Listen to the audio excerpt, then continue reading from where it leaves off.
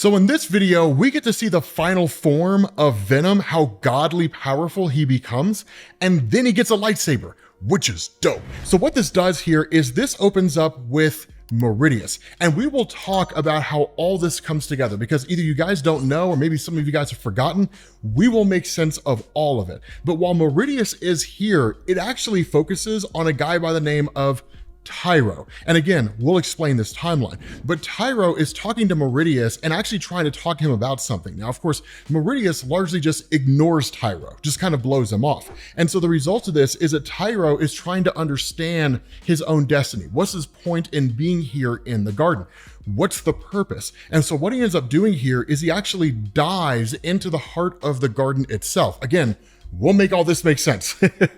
Bear with me here for a second. But he dives into the heart of the garden, and when he does, he wakes up in the realm of the eventuality, the heart of the garden. Now, this is where the explanation comes into play, because he asked the question, he says, did Meridius do this when he was me?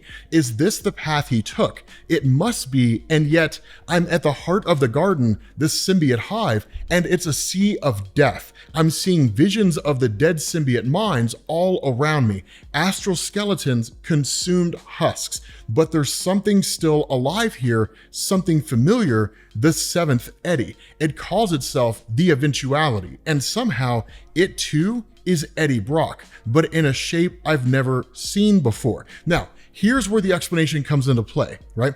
So what you have really with this whole run on Venom and the way that it changed things is, as most of you guys, even if only from the movies, are aware, Spider-Man at some point got the Venom symbiote, he got rid of it, it went to Eddie Brock. Eddie Brock became a villain for a while and fought Spider-Man. Done. The way this works out, kind of building on a lot of the stuff that came after, is what it establishes is it says Eddie Brock becomes Venom, and then eventually Null the symbiote god appears. Eddie Brock fights Null, Eddie Brock defeats Null, Eddie Brock replaces Null and becomes the new King in Black. And as the King in Black, he has complete control of every symbiote across the universe.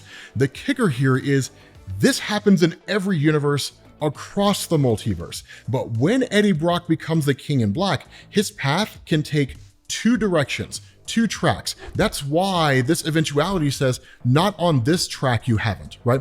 What happens when Eddie becomes the King in Black is he can either fulfill his role as the King in Black, which is basically being a kind of police force for the universe, using the symbiotes to protect the universe from any threats that exist out there, assuming the symbiotes are capable of handling that threat. And then when that universe dies, by whatever manner and whatever means, right? Dies from its heat death, dies because Thanos loses his mind with the Infinity Gauntlet, blinks the whole thing out of existence, whatever happens to take place, that Eddie Brock will travel to the unbeyond.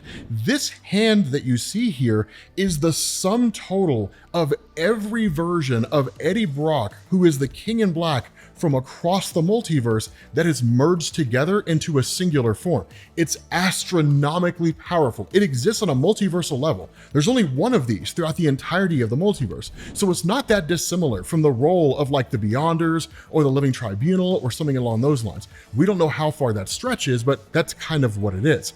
Now, the other path that Eddie Brock can take is actually the one that we see unfolding here, which is to say Eddie Brock can die in his universe while he's the King in Black before the universe dies. And instead of traveling to the unbeyond, he arrives in a place called the Garden, which is kind of a circular pattern. So the easiest way to understand this is imagine that you died and then you travel to kind of an afterlife, not the one you're supposed to go to, but a different one. And when you get there, you end up realizing that over time, you'll experience the 5 stages of grief, right? Anger, denial, bargaining, depression, and then acceptance. I might have gotten those out of order. But imagine that each one of those stages is represented as a physical version of you as you're in that stage. So you show up there, you've been there for 5 minutes. In a year, you'll go through anger. That version of you is there. You'll go through denial. Then you'll go through depression, then you'll go through bargaining, and then you'll go through acceptance. You can talk to all those versions of yourself at the same time. That's what's going on with Eddie Brock here. The reason why that's so significant is because Meridius is kind of the final stage, right? Acceptance, if you will. But what Meridius had done is actually something that we'll see over the course of this in terms of how he created the garden, his involvement with Kang, and all that stuff. But Meridius is trying to defy his fate. He doesn't want to join the Unbeyond. He doesn't want to go there. Instead, he wants to rule the entirety of the universe as a king in black, separate from the Unbeyond. And so that's why this whole story is happening the way that it is. Hopefully it clears things up.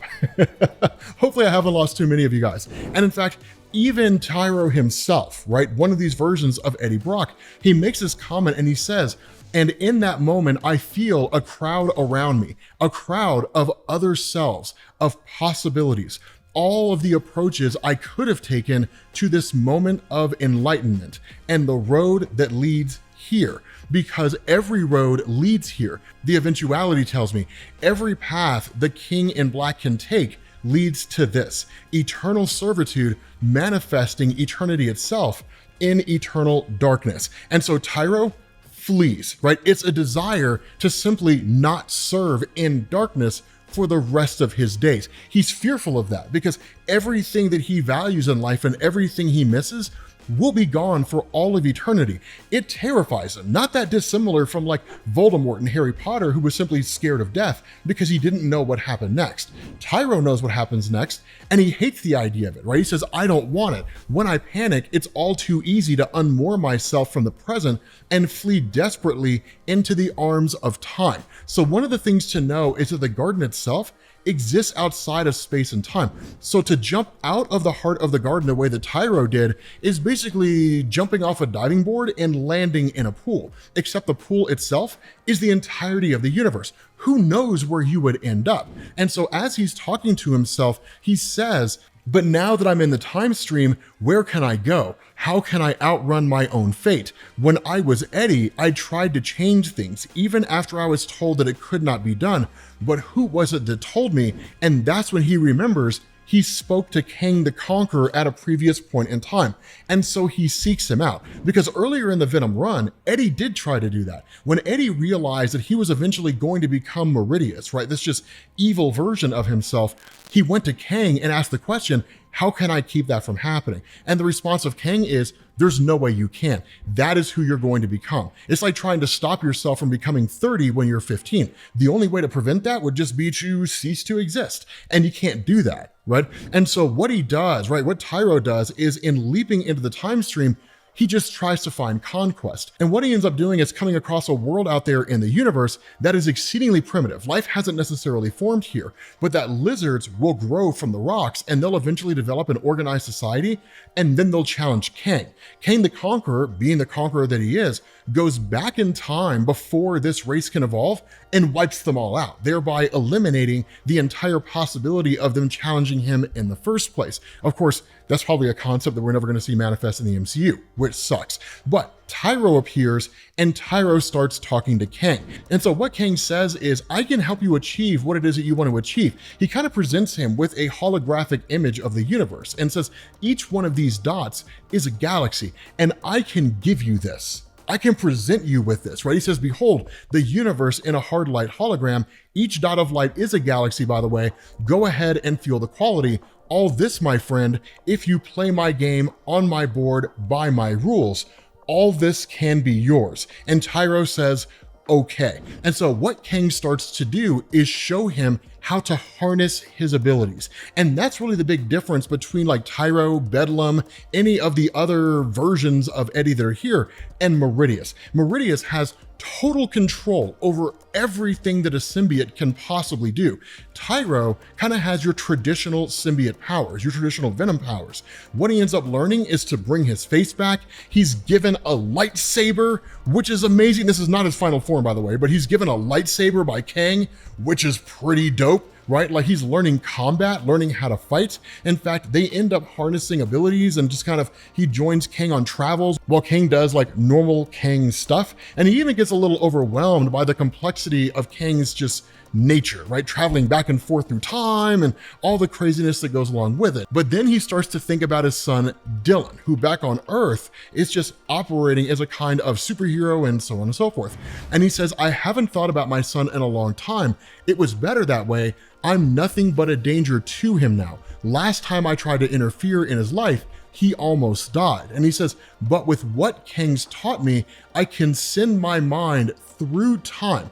I can catch a glimpse of him and Venom, just a peek, just to check that he's safe. And so he sends his mind out into the future in order to see what the Venom symbiote will become. And that's when he witnesses Venom's final form. He seizes control of the world and in fact becomes the entirety of Earth, a living planet unto himself. And so when Tyro sees this, it's like he's almost completely overwhelmed by it. He's right, how long, right? How long do I just stand here watching it? I don't know. But when I come back to myself, I'm not the same. And that's how Tyro becomes Meridius. Right now, this is simply just him taking on that physical form and even taking on that personality to a degree. But he says, it's a vast improvement. I'm thinking more clearly than ever. And with my new mindset, I know exactly what I have to do to break that doomed future, both the Earth's and mine. And he talks about how Eddie Brock's son is the key to it. Because remember, one of the big kickers about Eddie Brock's son is that he kind of has the powers of the King in Black, but on a much smaller scale. He's able to harness control of symbiotes, but a time will come when he will kind of inherit the full strength of his abilities, which will be a King in Black, right? The ability to just control all symbiotes across the universe. The kind of event that people wanted to see was Eddie Brock fighting his father. Whether that would actually happen or not, we still don't know if it will. But what ends up happening is Meridius travels to Kang almost immediately after transforming. And because of the fact that he considers himself a separate being from Tyro, he really just kind of approaches Kang that way, right? He says, I can be a powerful friend, Kang, but I can be a very deadly enemy as well. And he's like, how many of your conquests in this era depend on symbiote technology? You can weed it out of your systems and you will, but here and now, all your gains depend on it. As a King in Black, I can negate those gains, turn your soldiers against you, or I can turn them off. It'd make a big hole in your plans. So if you want the symbiotes as your ally, because I'm the one that controls them, you need to work with me, right? And so what he says is, I want something from you. And Kang asks the question, what do you need? And so what ends up happening here is this explains how the garden was formed in the first place, that the garden itself is composed of symbiote matter. Somewhere along the line, every symbiote across the universe was killed. It was wiped out and destroyed. Really, its mind destroyed more than anything else. And its physical form was gathered together by Meridius and transformed into the garden, removing it from outside of all space and time, allowing the person who controls the garden or who can access its heart to jump in and out of anywhere along the time stream in the universe. And so this is how that happened, that with the help of Kang, they traveled to the very end of time and discovered that the symbiotes had all kind of bonded together, waiting for the collapse of the universe so they could be reborn in whatever universe came next. The attack by Kang the Conqueror is not enough to destroy the symbiotes. It's enough to severely weaken them, which is all Meridius needs, because what he does is he dives into the heart of the symbiote world and basically enters the hive mind. And when he does that, he destroys all their minds at one time, wipes them all out, right? So literally it's like somebody just showing up on Earth and destroying the minds of every human on Earth. Would our physical body be there? Sure, but we'd all just kind of be standing there, right? Empty husks with vacant expressions and the inability to think anything because we have no real souls, no real consciousness anymore. That's what this is. And so with that being done, Meridius in turn used his control over the symbiote matter to form the world itself. That's how all of this came into existence. It's why it's a circular pattern, because what ends up happening is with this being done so far into the future, when Eddie Brock dies in the modern era, he wakes up in the garden. So that's kind of how this gets crazy, because Eddie Brock figured that out. Eddie Brock figured out that when he died, he would wake up in the garden, go through these different phases, and eventually become Meridius, who in turn would create the very garden that Eddie Brock would wake up in. And this was Meridius's way of guaranteeing his existence and then trying to conquer the entirety of the universe. I know it's crazy, definitely paradoxes, and it's very circular. Just don't think too hard about it. Just accept it for what it is. I know if you're like me, it's very difficult to do, right? It's very hard to do, but still, that's just kind of how it is. But notice this, right? Meridius is full of hubris. He's full of arrogance. He's caught up in himself. And so he says, the hard work is already done. If any more preparations are needed, I can go back in time and prepare them. Nothing can go wrong because nothing did. And as Tyro tries to talk to him, he says, my own anger surprises me. I thought I'd feel some sympathy toward Tyro, toward myself. But it's not myself, is it? It's a sniveling, pathetic wretch, a shabby coat I have far outgrown. It disgusts me. And so Meridius talking to Tyro, while Tyro is who Meridius was before he became Meridius, he doesn't see himself that way, right? He doesn't see himself, he doesn't see Tyro as, you are what I was before I became me. Therefore, grace and empathy are necessary here. Instead, he just sees him as a weakened version of himself. And so even then, when Tyro starts talking about the idea that he wants to talk to Meridius about something, this is why at the beginning of this story, Meridius was dismissive of him. Here's where things began to shift, and here's where things changed, right? This is just the story of how Meridius became Meridius, and under normal circumstances, it would just proceed this way.